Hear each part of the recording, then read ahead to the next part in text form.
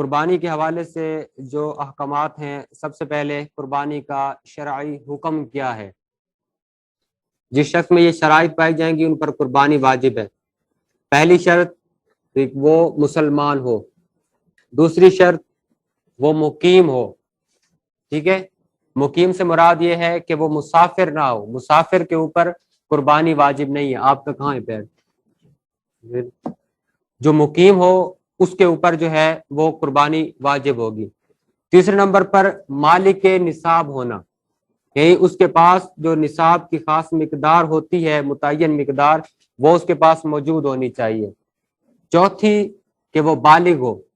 اب اس کے اندر باقی تو تین جو شرائط ہیں وہ عام فہم ہے، یعنی مسلمان ہونا، مقیم ہونا اور بالغ ہونا، لیکن جو تھرڈ اس کے اندر کنڈیشن ہے، تیسری شرط ہے، اس کے اندر تھوڑی سی ڈیٹیل ہے کہ جو مالک نصاب ہونا ہے، کیا یہ وہی مالک نصاب ہونا ہے کہ جو ہم نے زکوٰۃ کے حوالے سے لیکچر میں جب پڑھا تھا، تو کیا اس سے مراد وہی ہے؟ تو اس کی ڈیٹیل اس سلائیڈ کے اندر ہے کہ جو شخص 7.5 تولے سونا، جو تقریباً 87.48 گرام بنتا ہے، اور اسی طرح 52.5 تولے چاندی، 612.36 گرام چاندی، اس کے برابر رقم یا حاجت اصلیہ کے علاوہ اتنی مالیت کی کسی بھی چیز کا وہ مالک ہوگا تو پھر وہ قربانی کے حوالے سے مالک نصاب متصور ہوگا۔ قربانی کے معاملے میں مالک نصاب وہ شخص ہوگا کہ جس کے پاس 52.5 تولے چاندی یا اس کی قیمت کے برابر کوئی بھی مال ہوگا تو اس کو جو ہے وہ مالک نصاب تصور کیا جائے گا۔ اس کے اندر ایک پوائنٹ ہم نے کہا کہ حاجت اصلیہ کے علاوہ ہو۔ اب حاجت اصلیہ سے کیا مراد ہے؟ حاجت اصلیہ میں کون کون سی چیزیں ہیں کہ جن کو چھوڑ کر ہم نے باقی چیزوں کو کاؤنٹ کرنا ہے؟ تو اس کی ڈیٹیل اس سلائیڈ میں ہے۔ حاجت اصلیہ یعنی ضروریات زندگی سے مراد وہ چیزیں ہیں کہ جن کی عموماً انسان کو ضرورت ہوتی ہے۔ اب یہ ہم میں سے ہر ایک کی کیونکہ ہماری زندگی کے طور طریقے بعض اوقات مختلف ہوتے ہیں تو لوگوں کی ضروریات مختلف ہوتی ہیں۔ ایک چیز ہو سکتا ہے ایک شخص کے لیے ضرورت ہو اور دوسرے کے لیے ضرورت نہ ہو، اس لیے ہر انسان کو ایک رول دے دیا گیا کہ ہر وہ چیز کہ جس کے بغیر اس کی زندگی کا گزر بسر نہ ہو سکے وہ اس کی حاجت اصلیہ میں شامل ہے، اور حاجت اصلیہ کے علاوہ جو بھی چیزیں ہیں ان کی قیمت جو ہے وہ کاؤنٹ کی جائے گی۔ اور حاجت اصلیہ کے بارے میں کہتے ہیں کہ جن کے بغیر گزر اوقات میں شدید تنگی اور دشواری محسوس ہوتی ہے، جیسے کہ رہنے کا گھر ہے، پہننے کا کپڑا ہے، سواری وغیرہ ہے، کہ یہ ایسی چیزیں ہیں کہ جن کے بغیر زندگی گزارنا مشکل ہوتا ہے، تو یہ حاجت اصلیہ میں۔ اب آپ کیا کریں کہ ان چیزوں کو نکال لیں، ان کے علاوہ جو آپ کے پاس اضافی چیزیں ہوں گھر میں، جو آپ کے پاس سونا چاندی ہو، جو آپ کے پاس آپ کی کرنٹ کرنسی ہو، اس تمام چیزوں کو کاؤنٹ کریں۔ اگر ان کی قیمت 52.5 تولے چاندی تک پہنچ جاتی ہے تو پھر اس صورت میں آپ پر قربانی بھی واجب ہے۔ اور آپ کو یاد ہوگا کہ صدقہ فطر کے حوالے سے جو ہمارا لیکچر تھا اس کے اندر بھی ہم نے اس کو ایکسپلین کیا تھا، اور صدقہ فطر اور قربانی کا نصاب جو ہے وہ بالکل ایک ہی ہے، اس کے اندر کوئی فرق نہیں ہے۔ جو حکم صدقہ فطر کے لیے ہے سیم وہی حکم جو ہے وہ قربانی کے حوالے سے بھی لاگو ہوتا ہے۔ اس کے اندر اس چیز کو سمجھنے کے لیے کہ قربانی اور زکوٰۃ کے نصاب میں کیا فرق ہے، آپ اس سلائیڈ کو دیکھیں۔ اس کے اندر دو بنیادی فرق ہیں کہ جب زکوٰۃ کا ہم نصاب بناتے ہیں اس میں ہم نے کون کون سی چیز دیکھنی ہوتی ہے؟ سب سے پہلے سونا چاندی، آپ کی جو کرنسی ہے رائج کرنسی، اور اس کے بعد تجارت کا مال۔ آپ نے زکوٰۃ کے لیے صرف ان 4 چیزوں کو دیکھنا ہے۔ کون سی چیزیں؟ سونا، چاندی، رائج کرنسی اور مال تجارت۔ ان تمام چیزوں کو کاؤنٹ کریں گے، اگر ان کی مالیت 52.5 تولے چاندی تک پہنچ جاتی ہے، پھر اس پر پورا سال گزر جاتا ہے، تو آپ پر زکوٰۃ دینا جو ہے وہ فرض ہوگا۔ لیکن قربانی اور صدقہ فطر کے نصاب میں یہ چیزیں بھی کاؤنٹ ہوں گی، اور ساتھ میں جو آپ کے گھر کا یا آپ کی ملکیت میں جو بھی اضافی سامان ہے اس کی مالیت بھی کاؤنٹ ہوگی۔ وہ ساری چیزیں بھی ملائیں اور ساتھ میں اضافی سامان کی جو قیمت ہے وہ بھی ملائیں، اور اگر پھر وہ 52.5 تولے چاندی کی قیمت تک پہنچ جاتی ہیں تو پھر اس صورت میں آپ پر قربانی دینا جو ہے وہ واجب ہوگا۔ اس کے اندر دوسرا فرق زکوٰۃ اور قربانی کے حوالے سے کہ زکوٰۃ کے لیے جو آپ نصاب بنائیں گے اس پر سال گزرنا یہ شرط ہے، جب سال گزر جائے گا اس کے بعد آپ پر جو ہے وہ زکوٰۃ ادا کرنا فرض ہوگا، جبکہ قربانی اور صدقہ فطر کے اندر ایسی کوئی شرط نہیں ہے، یعنی قربانی والے دن ہی اگر آپ کے پاس اتنے پیسے آئے ہیں کہ جو 52.5 تولے چاندی کی قیمت تک پہنچتے ہیں تو چاہے اس پر ایک دن بھی کیوں نہ گزرا ہو آپ پر جو ہے وہ قربانی دینا واجب ہوگا۔ یہ غنی اور فقیر پر جو قربانی واجب ہوتی ہے اس اعتبار سے ایک کہ ان کے اندر کون کون سا فرق ہوتا ہے اور کون کون سی اقسام ہے قربانی کی کہ جو غنی پر اور فقیر پر واجب ہوتی ہے۔ غنی اور فقیر کی ایک ٹرم ہم اکثر استعمال کرتے بھی رہے ہیں اور آج بھی استعمال ہوگی۔ غنی اور فقیر کون ہوتا ہے؟ ہمارے عرف میں تو جب یہ بات کی جاتی ہے تو اس کو بس دنیا کے اعتبار سے لوگ دیکھتے ہیں کہ غنی وہ ہوگا کہ جس کے پاس بہت زیادہ مال ہوگا اور فقیر وہ ہوگا کہ جو بھیک مانگ رہا ہوگا، شاید لوگوں کا ایسا تصور ہے، جبکہ شریعت کے اندر غنی اس شخص کو کہتے ہیں کہ جو 52.5 تولے چاندی یا 7.5 تولے سونے کی قیمت یا اتنی مالیت کا مالک ہو تو وہ غنی ہے، یا اس کو مزید آسان کرے تو ہر وہ شخص جس پر زکوٰۃ فرض ہے وہ غنی ہے اور ہر وہ شخص کہ جس پر زکوٰۃ فرض نہیں ہے وہ فقیر ہے۔ ٹھیک ہے، اب غنی اور فقیر ان دونوں پر جو احکامات ہیں اس کے اندر فرق ہے۔ پہلی قربانی کہ یہ غنی اور فقیر دونوں پر واجب ہو، وہ کیا ہے کہ غنی اور فقیر اگر دونوں نے یا ان میں سے کسی ایک نے منت مانی کہ مجھ پر اللہ کے لیے گائے کی یا بکری کی قربانی کرنا واجب ہے تو اس کے اس طرح کہنے سے وہ قربانی اس پر واجب ہو جائے گی، چاہے وہ فقیر ہو چاہے وہ غنی ہو، وہ امیر ہو یا غریب، بہرحال اس پر قربانی کرنا واجب ہو جائے گا، پہلی قسم۔ دوسری صورت کہ جس کے اندر فقیر پر قربانی واجب ہوتی ہے غنی پر نہیں ہوتی، اور یہ ایک ایسی صورت ہے کہ بعض اوقات لوگوں کو اس کا علم نہیں ہوتا کہ اگر ایک شخص جو کہ فقیر ہے اور جب وہ فقیر ہے تو اس پر قربانی واجب نہیں ہے، لیکن اس نے اگر قربانی کی نیت سے کوئی جانور لے لیا، قربانی کی نیت سے جانور خرید لیا، تو اس طرح قربانی کی نیت سے جانور خریدنے کے ساتھ ہی اس پر قربانی واجب ہو جائے گی، اب اس پر واجب ہے کہ وہ قربانی ادا کرے۔ جبکہ غنی اگر قربانی کی نیت کے ساتھ اگر وہ جانور خریدتا ہے تو اس پر قربانی جو ہے وہ اس وجہ سے واجب نہیں ہوتی۔ سمجھ آ گئی اس کی؟ تیسرا اس کے اندر ہوتا ہے کہ غنی پر واجب اور فقیر پر واجب نہ ہو، یہ تو عام صورت ہے کہ جو حضرت ابراہیم علیہ السلام کی سنت کے احیاء میں جو قربانی ہم پر واجب کی گئی ہے تو وہ جو اغنیاء ہیں، جو غنی لوگ ہیں، ان پر واجب کی گئی ہے، اور جو فقیر ہے اس پر واجب نہیں کی گئی، یعنی جو غریب ہیں جن کے پاس مال نصاب کی مقدار مال نہیں ہے تو ان پر قربانی جو ہے وہ واجب نہیں ہے۔ قربانی کرنے کا وقت کون سا ہوگا؟ قربانی کا وقت 10ویں ذی الحجہ کے طلوع صبح صادق سے 12ویں ذی الحجہ کے غروب آفتاب تک ہے، یعنی 3 دن 2 راتیں، اور انہی کو جو ہے وہ ایام نحر کہا جاتا ہے۔ یہ قربانی کرنے کا جو وقت ہے وہ یہ وقت ہے کہ 10 ذی الحجہ کی طلوع صبح صادق سے قربانی کا وقت شروع ہوتا ہے اور 12ویں کے غروب آفتاب تک جو ہے وہ اس کا وقت رہتا ہے۔ اس کے اندر یاد رکھیں، خاص طور پر جو ہمارے دوست دیہاتوں سے تعلق رکھتے ہیں کہ بعض اوقات ہم نے بھی دیکھا کہ لوگ اس معاملے کے اندر غفلت کا جو ہے وہ مظاہرہ کرتے ہیں۔ وہ کیا کرتے ہیں کہ بعض اوقات جو ہے وہ ایسا بھی دیکھنے کو ملتا ہے کہ قربانی کے وقت سے پہلے ہی لوگ قربانی کر دیتے ہیں۔ وہ اگلی سلائیڈ کے اندر تھوڑی سی اس کی وضاحت ہے، وہ اس کو ہم آگے جب پڑھیں گے تو وہاں بھی آپ کو یہ مسئلہ سمجھ آ جائے گا کہ نبی کریم علیہ الصلوۃ والسلام کے دور میں بھی یہ واقعہ پیش آیا کہ ایک صحابی نے عید کی نماز پڑھنے سے پہلے قربانی کا جانور ذبح کر لیا، تو نبی کریم علیہ الصلوۃ والسلام نے اس بات سے جو ہے وہ منع فرمایا اور فرمایا کہ جو ایسا کرے گا تو وہ گوشت کرے گا لیکن وہ قربانی نہیں ہوگی. ٹھیک ہے. اب عام طور پر یہ ہوتا ہے کہ لوگ اس معاملے کے اندر انتہائی سستی کا مظاہرہ کرتے ہیں اور اس بات کی پرواہ نہیں کرتے کہ وہ دیکھیں کہ اگر وہ شہر کے اندر ہیں تو آیا جو عید کی نماز ہے وہ پڑھی جا چکی ہے یا نہیں پڑھی جا چکی. اگر وہ دیہات میں ہو تو پھر تو وہ جو طلوع صبح صادق اس کے بعد کر سکتے ہیں، لیکن اگر وہ شہر میں ہے تو جب تک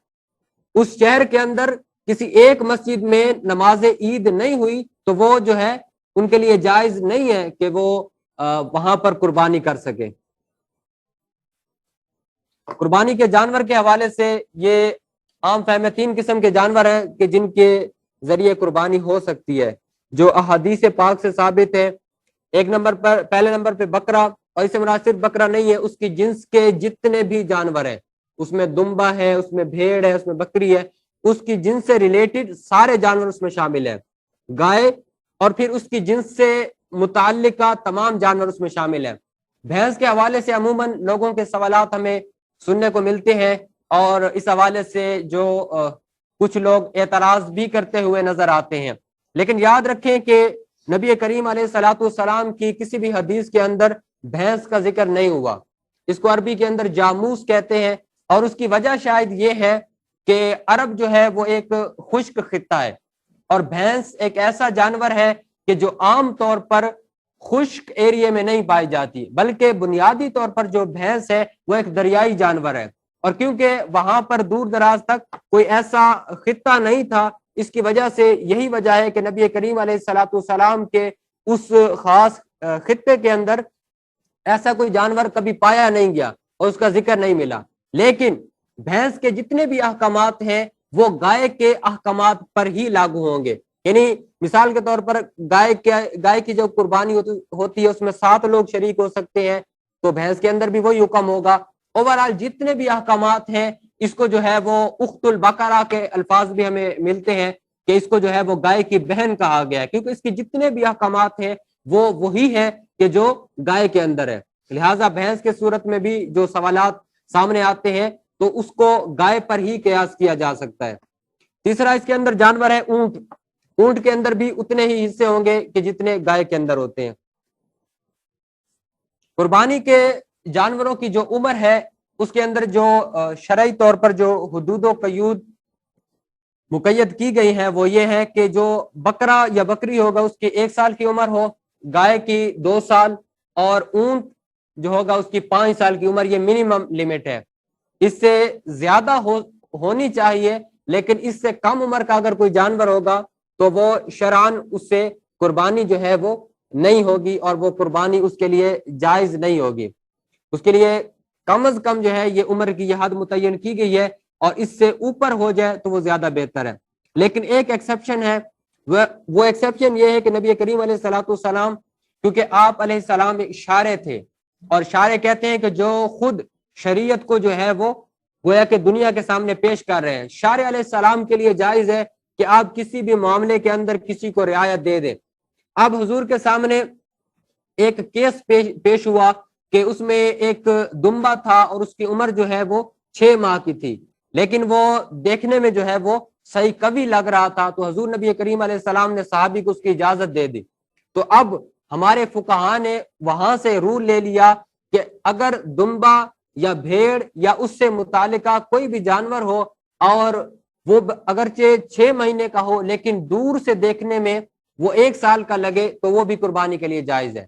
لیکن یہ حکم جو ہے وہ صرف دمبا یا بھیڑ وغیرہ کے لیے، اس کو ہم کسی اور جانور پر جو ہے وہ اس کو لاگو نہیں کر سکتے. مثال کے طور پر اب کوئی یہ نہیں کہہ سکتا کہ اگر گائے کو دور سے دیکھے اور وہ 2 سال کی لگے تو پھر اس کی بھی جائز ہونی چاہیے. نہیں، اس کی وجہ کیا ہے کہ جب حضور نبی کریم علیہ الصلوۃ والسلام کوئی ایسا حکم ارشاد فرماتے ہیں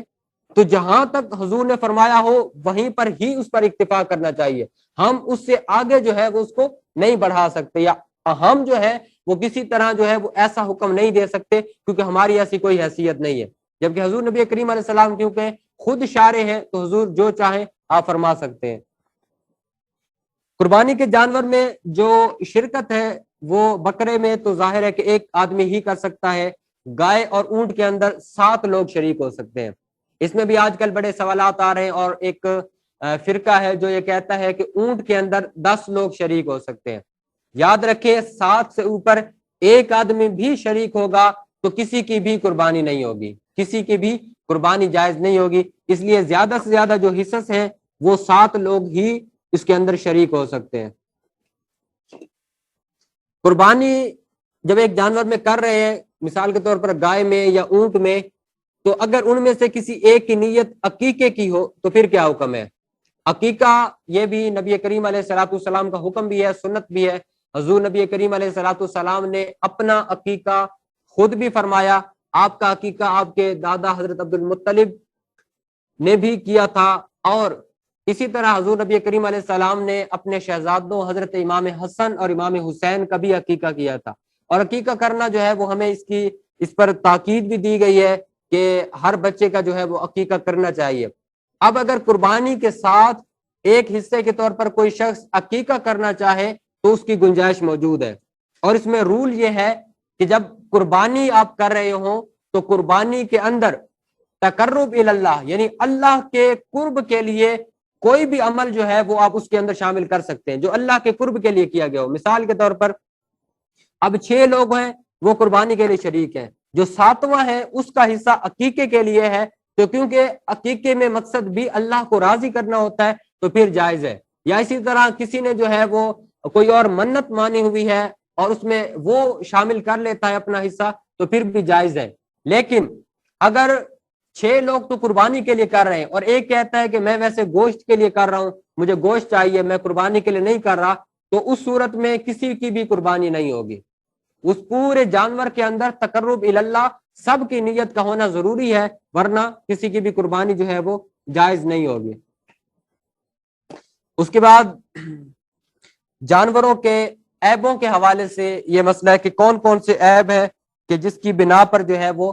ان جانوروں کی قربانی جو ہے وہ درست نہیں ہوتی. یہ جو عیب لکھے گئے ہیں یہ عیوب اگر کسی جانور میں پائے جائیں گے تو پھر اس جانور کی قربانی جو ہے وہ جائز نہیں ہوگی. پہلا عیب، ایسا مجنون جانور جو جنون کی وجہ سے چارہ نہ کھاتا ہو، یعنی اس کی عقل چلی گئی ہو اور اس عقل کی وجہ سے جو ہے وہ ادھر ادھر بھاگتا ہو لیکن چارہ نہ کھاتا ہو، تو اس صورت کے اندر اس جانور کا جو ہے وہ اس جانور سے قربانی کرنا بھی جائز نہیں ہے. اچھا، ایسا خارش زدہ جانور جو خارش کی وجہ سے بے حد کمزور ہو گیا ہو، یا سو جائیں یا سن لیں. ایسا خارش زدہ جانور جو خارش کی وجہ سے بے حد کمزور ہو گیا ہو تو اس کی بھی قربانی جو ہے وہ جائز نہیں ہے. ایسا جانور جو دیکھ نہ سکتا ہو، یعنی نابینا جانور جو ہے اس کی بھی شرعن جو قربانی ہے وہ جائز نہیں ہے. اچھا، اس کا جو ہے وہ اس کی پہچان کا بھی بڑا طریقہ کار ہوتا ہے، لوگوں نے جو ہے وہ متعین کیا ہوتا ہے کہ ہمیں کیسے پتہ چلے گا کہ جانور جو ہے وہ دیکھ سکتا ہے یا نہیں. تو وہ اس کی بھی مختلف صورتیں ہیں کہ اس کو اگر تو دونوں آنکھیں نہیں ہیں پھر تو پتہ چل جاتا ہے بڑی آسانی کے ساتھ، لیکن اگر ایک آنکھ کی بینائی نہیں ہے تو اس کا انہوں نے طریقہ یہ متعین کیا ہے کہ آپ پہلے یہ کریں کہ جس آنکھ کی جو پہلے جانور کو بھوکا رکھے، تو پھر اس کے بعد جس آنکھ کی بینائی ٹھیک ہے آپ جو ہے وہ اس آنکھ سے جو ہے وہ اس کو دکھائیں اور دور سے چارہ لے کر آئیں. جہاں سے اس کو چارہ نظر آنا شروع ہو جائے گا تو وہ جو ہے وہ آگے بڑھنا شروع کرے گا، کوشش کرے گا. تو اب آپ اس جگہ پہ نشان لگا لیں. اب جو جس آنکھ کی بینائی ٹھیک ہے اس کو بند کر دیں اور دوسری آنکھ جو جس کی بینائی کا مسئلہ ہے اس کو مطلب کھلا رکھیں اور چارہ لے کر آئیں. تو اگر تو اس کو نظر آ جاتا ہے اس مقام پر پھر تو اس کی بینائی ٹھیک ہے، لیکن اگر آپ اس کے قریب لے کر آتے ہیں اور پھر بھی وہ اس چارے کو نہیں دیکھ سکتا تو پھر اس صورت میں اس کی بینائی کا مسئلہ ہے اور اس کی قربانی جو ہے وہ جائز نہیں ہوگی. تو اس طرح مختلف انداز لوگوں نے رکھے ہوتے ہیں گاؤں میں بھی اس کو پرکھنے کے لیے کہ کیسے ہمیں پتہ چلے گا کہ یہ جانور ٹھیک ہے یا نہیں، تو اس کو تسلی کر لینا جو ہے وہ بہت ضروری ہے. ایسا جانور جو بہت ہی لاغر ہو، بہت ہی کمزور ہو تو اس کی بھی قربانی جو ہے وہ جائز نہیں ہے. ایسا جانور جو قربان گاہ کی طرف خود نہ چل سکتا ہو، جو چل کر قربان گاہ کی طرف نہ جا سکتا ہو، تو تو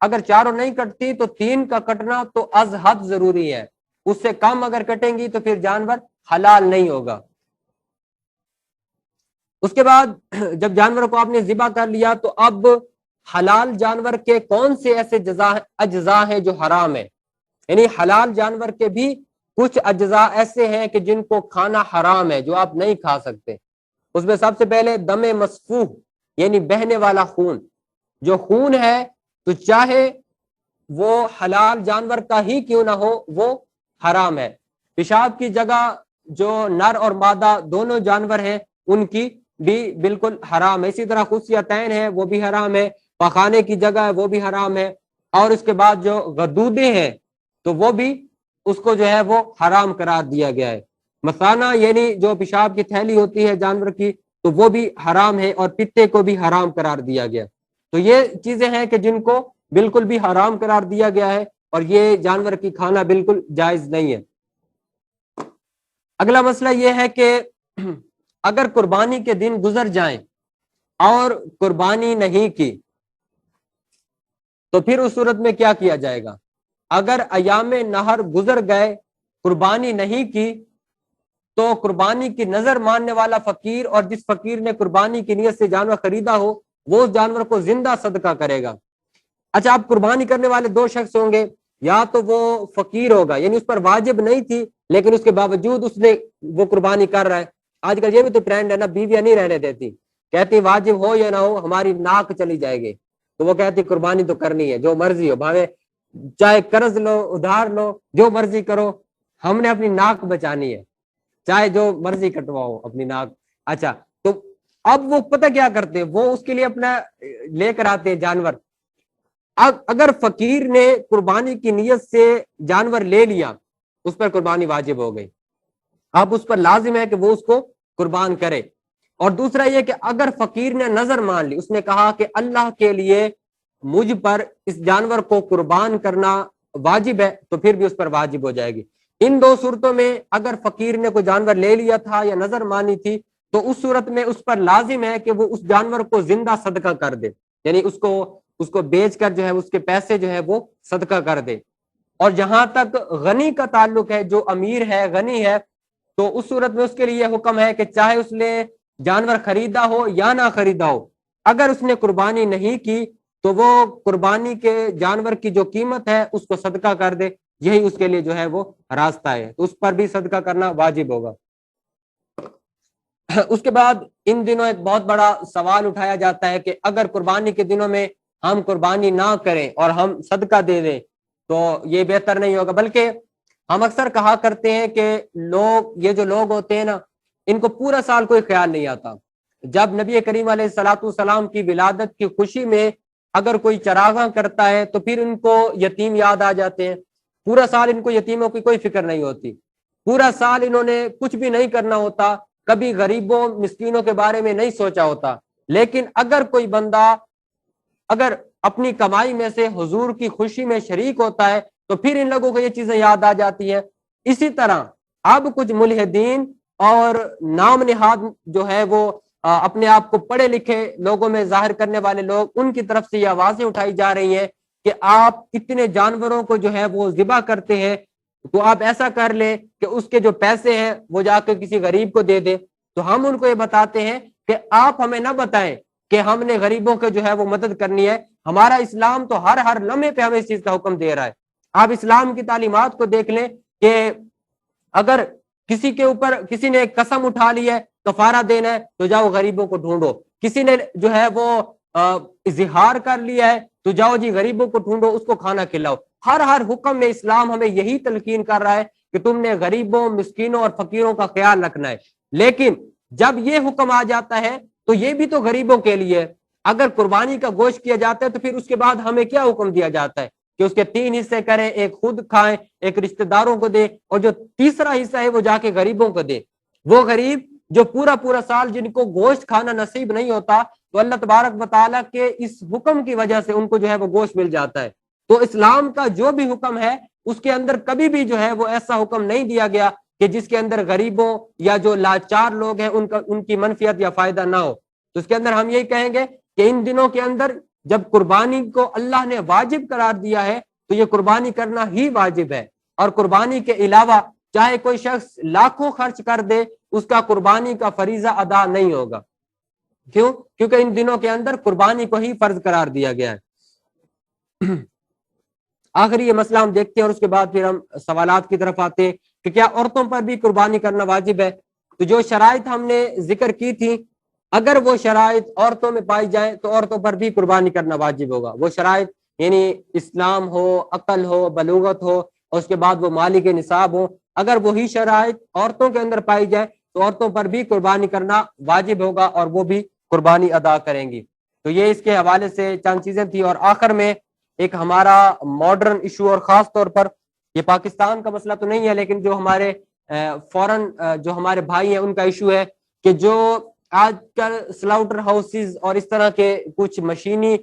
ذبیحے کے طور پر جو ہے وہ وہاں پر کیا جاتا ہے۔ اور میں ایک ویڈیو دیکھ رہا تھا، اس کے اندر یہ ہوتا ہے کہ آلموسٹ 1 منٹ کے اندر وہ سینکڑوں مرغیاں ذبح کر دیتے، اور اس طرح مطلب وہ مشینیں لگی ہوتی ہیں اور پتہ ہی نہیں چلتا، اور وہ کر رہے ہیں اور لوگ لے کے جا رہے ہیں۔ اسی طرح اب قربانی میں بھی ان کے جو ہے وہ سلاؤٹر ہاؤسز ہوتے ہیں اور مشینیں لگی ہیں اور وہ کاٹ رہے ہیں، تو پھر اس صورت میں لوگ جو ہے وہ جو پریشان ہوتے ہیں کہ اب ہم کیا کریں، ہمارے پاس تو کوئی چارہ کار بھی نہیں ہے اور انہوں نے ادھر سے ہی کروانا ہے۔ تو اس کا طریقہ کار کیا ہے؟ سب سے پہلے یاد رکھیں کہ جو جانور کو ذبح کرنے کی شرائط ہے، ٹھیک ہے، ذبح کرنے کی شرائط میں سے یہ ہے کہ جو ذبح کرنے والا ہے، جو ذبح کر رہا ہے وہ عاقل ہو، عقل مند ہو، دوسری وہ بالغ ہو، اور تیسری وہ مسلمان ہو، یہ بہتر ہے، یا وہ اہل کتاب ہو۔ اہل کتاب واقعی اہل کتاب ہو، اپنے دین پر کاربند ہو، وہ ملحد نہ ہو۔ آج کل آپ کو یہ بات بھی سمجھنا ضروری ہے کہ یورپین کنٹریز کے بہت زیادہ اہل کتاب اب ایتھیسٹ ہو چکے ہیں، اب وہ اہل کتاب نہیں رہے، اس لیے اس کے درمیان بھی فرق کرنا بہت ضروری ہے۔ بعض اوقات یہ ہوتا ہے کہ بہت زیادہ احکامات جو ہم اہل کتاب کے لیے کہتے ہیں تو لوگ سمجھتے ہیں کہ شاید ہر انگریز جو ہے اس میں شامل ہوگا، ایسا نہیں ہے۔ ایتھیزم جتنی تیزی کے ساتھ یورپین کنٹریز میں پھیل رہا ہے، ہمارے ہاں جو ہے وہ اس مقابلے سے نہیں ہے، اس لیے یہ دیکھنا ضروری ہے کہ وہ اہل کتاب ہو لیکن متدین ضرور ہو۔ تو وہ اگر ایسا ہے اور وہ ذبح کرتے وقت اللہ کا نام لے، اگر ایک عیسائی بھی ہے اور اس نے ذبح کرتے وقت سیدنا عیسیٰ علیہ السلام کا نام لے لیا، آپ نے سن لیا، تو اس کا ذبیحہ بھی آپ پر کھانا حرام ہے۔ یعنی آپ کو پتا ہو کہ اس نے اللہ کا نام لیا ہے، یا اگر آپ موجود نہیں ہیں تو پھر تو آپ نے جو ہے وہ اس کو آپ پر کوئی حرج نہیں ہے، لیکن اگر آپ موجود ہیں اور آپ کے سامنے اس نے سیدنا عیسیٰ علیہ السلام کا نام لے کر ذبح کیا تو آپ کے لیے وہ کھانا بھی جائز نہیں ہوگا۔ اچھا، اس کے اندر اگلی چیز تھی ذبح اختیاری کے اندر کے 4 رگیں۔ کون سی رگیں تھی جن کو ہم نے ڈسکس کیا تھا؟ کون سی؟ خون کی 2 رگیں، ایک سانس کی، ہاں۔ اب ان میں سے کم از کم 3 رگوں کا کٹنا ضروری ہے، 3 یا 4۔ جب یہ رگیں کٹیں گی تو پھر اس صورت میں جو جانور ہوگا وہ حلال ہوگا، یہ اس کی شرائط ہے۔ اب جو ہوتے ہیں مشینی ذبیحہ، اس میں سب سے بڑا ایشو یہ ہوتا ہے کہ مشین چل رہی ہے، اس میں بھی 100% کلیریفیکیشن نہیں ہے کہ یہ 4 رگیں کٹی ہے یا نہیں کٹی۔ بعض اوقات یہ بھی ہوتا ہے کہ وہ گلا گھٹنے سے مر جاتا ہے جانور، ٹھیک ہے۔ دوسری جو سب سے بڑی خرابی یہ ہے کہ اس میں اللہ جانور پر نہیں لیا جاتا، اور اس کے بغیر تو چارہ کار نہیں ہے۔ اللہ تبارک وذکر اسم اللہ علیہ، اس پر تو اللہ کا نام لینا انتہائی جو ہے وہ اہمیت کے حامل ہے، اس کے بغیر تو کوئی چارہ کار ہی نہیں ہے۔ تو جب وہ ایک مشین چل رہی ہے اور اس پر اللہ کا نام نہیں لیا جاتا، اللہ کا نام لے کر ذبح نہیں کیا جاتا، تو پھر وہ جانور جو ہے وہ حلال نہیں ہے۔ لیکن اس میں ہم یہ کہیں گے کہ آپ جو مشینی ذبیحہ ہے وہ بالکل استعمال کریں، لیکن چند آراء ہماری طرف سے بھی لے لیں کہ یاد رکھیں کہ سب سے پہلے ریکارڈڈ نہیں، وہاں پر موجود جو شخص ذبح کرے اس کا بسم اللہ واللہ اکبر یا اللہ کا نام لے کر جو بھی تکبیرات ہیں اس کا پڑھنا ضروری ہے۔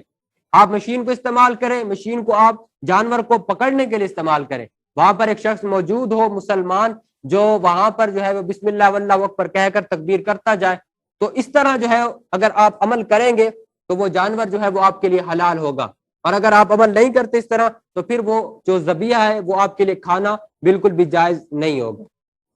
تو یہ آج کی ہماری سلائیڈ ہے اس حوالے سے, اور انتہائی مختصر, بہت زیادہ مسائل ایسے ہیں کہ جو سکپ بھی کیے گئے ہیں. اب آپ کے جو اس حوالے سے سوالات ہیں وہ آپ پوچھ سکتے ہیں.